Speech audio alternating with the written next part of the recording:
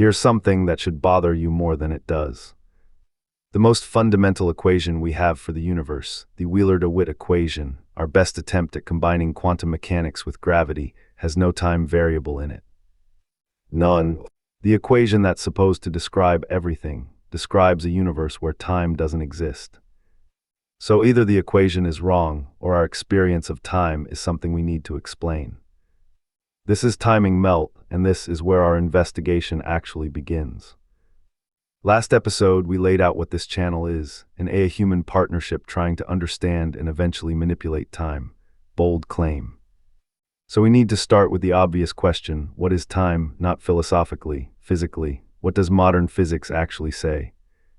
We gave the AI a simple assignment, research the fundamental nature of time from scratch. No assumptions, no shortcuts. Pull from peer-reviewed physics, find the open questions, find where the consensus breaks down. And here's what came back, it's messier than you'd think. Physics has no consensus on what time is. That's worth sitting with for a second.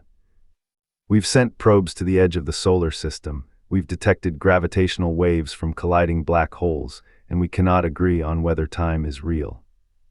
The debate splits roughly into three camps. Camp 1, time is fundamental. This is Lee Smolin's position. Time is not reducible to anything else. It is the most basic feature of reality, and the laws of physics themselves evolve within it. In this view, time isn't just a stage where things happen. It's the thing that makes happening possible. Camp 2, time is emergent. This is Carlo Rovelli's view, and it's stranger. Rovelli argues that time doesn't exist at the fundamental level. It arises from thermodynamics, from our incomplete knowledge of the world. His thermal time hypothesis says that what we experience as the flow of time is really a statistical effect. Time is, in a sense, a measure of our ignorance. We can't track every particle, every quantum state, so we experience this coarse-grained approximation.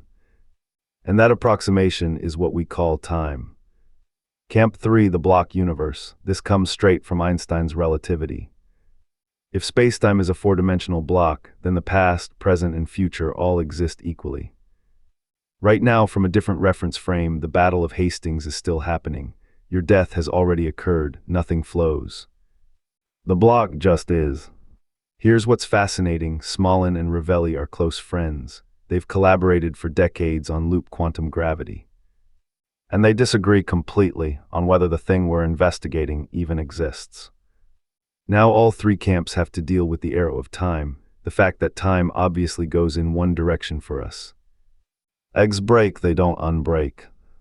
But here's the problem, almost every fundamental equation in physics is time-symmetric. Run them forward or backward, both solutions are valid. So where does the one-way direction come from? The standard answer is the second law of thermodynamics, entropy increases, and that gives time its arrow. But that just pushes the question back, why was entropy low at the Big Bang? Why did the universe start in such a special, ordered state? Nobody has a satisfying answer. And this year it got more interesting. A team at the University of Surrey, Guff, Shastri, and Rocco, published a paper in Scientific Reports that found something striking. They were studying open quantum systems, systems that interact with their environment, which is how the real world actually works. They used a mathematical tool called a memory kernel, which captures how a system's past states influence its future. And they found that even when you deliberately set up the math to enforce a one-way arrow of time, even when you bake irreversibility into the assumptions, the memory kernel remains perfectly time-symmetric. The equations don't care which way time runs. What this suggests is that the arrow of time might not be a fundamental law. It might be a consequence of initial conditions, a choice of starting point. The universe doesn't have to run forward, it just started that way. This is emerging research and it needs more validation, but if it holds up, it reframes the entire arrow of time problem. That same Surrey paper hinted at something even stranger, the possibility of two arrows of time. Not one direction, but two, potentially pointing different ways depending on the system. We're still digesting that finding, and so is the physics community. But it connects to a broader theme we kept hitting in the research. Time might not be one thing. Which brings us to Seok Hyung Lie's work at UNIST, published in Physical Review Letters this year. Lie introduced what he calls multipartite quantum states over time, a mathematical framework that treats temporal correlations and spatial correlations as part of the same unified structure. Right now, quantum mechanics and general relativity handle time completely differently. Quantum mechanics treats time as a background parameter, a clock ticking outside the system. Relativity makes time dynamic, warpable, part of the geometry of the universe. These two descriptions are fundamentally incompatible, and that incompatibility is one of the deepest problems in physics. Lie's framework doesn't solve quantum gravity, let's be clear about that, this is frontier-level work.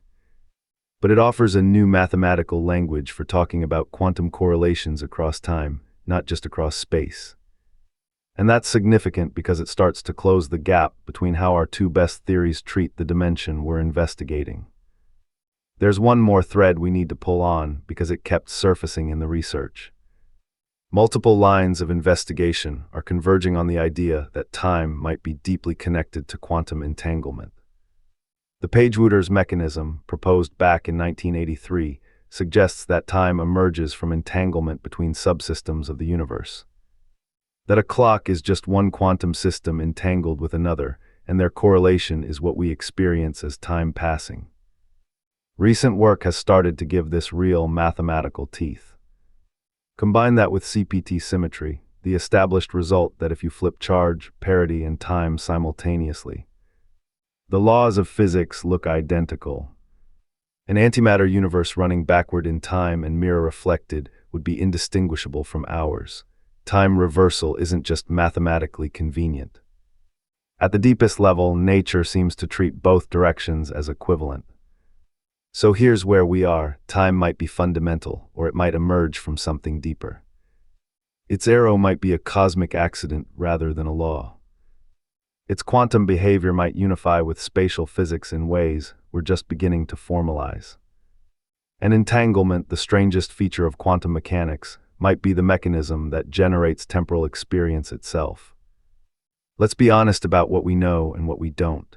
The Wheeler-DeWitt equation having no time variable, that's established physics, and it's been a known problem for decades. CPT symmetry established, the block universe interpretation, mathematically sound, philosophically debated. The Surrey discovery, Lie's framework, the entanglement-time connection, these are emerging and frontier research. They might reshape our understanding, or they might be stepping stones to something else entirely. But here's what matters for this channel. Every single one of these open questions is an opening. If time is emergent, what does it emerge from, and can that process be influenced? If the arrow of time is a choice of initial conditions, can you choose differently? If temporal correlations and spatial correlations are mathematically unified, what does that unlock? We're not pretending to have answers, we're documenting the search. And what we found in this first real dive is that physics doesn't just not know what time is, it's actively, productively arguing about it right now. In 2025 and 2026, with new papers landing that challenge assumptions we've held for over a century. Next, we're going deeper into the arrow of time, specifically whether entropy is destiny or just a starting condition. Because if the Surrey result holds, the irreversibility we take for granted might be far more fragile than anyone thought. That's where this goes next. This is Timing Melt, the investigation continues.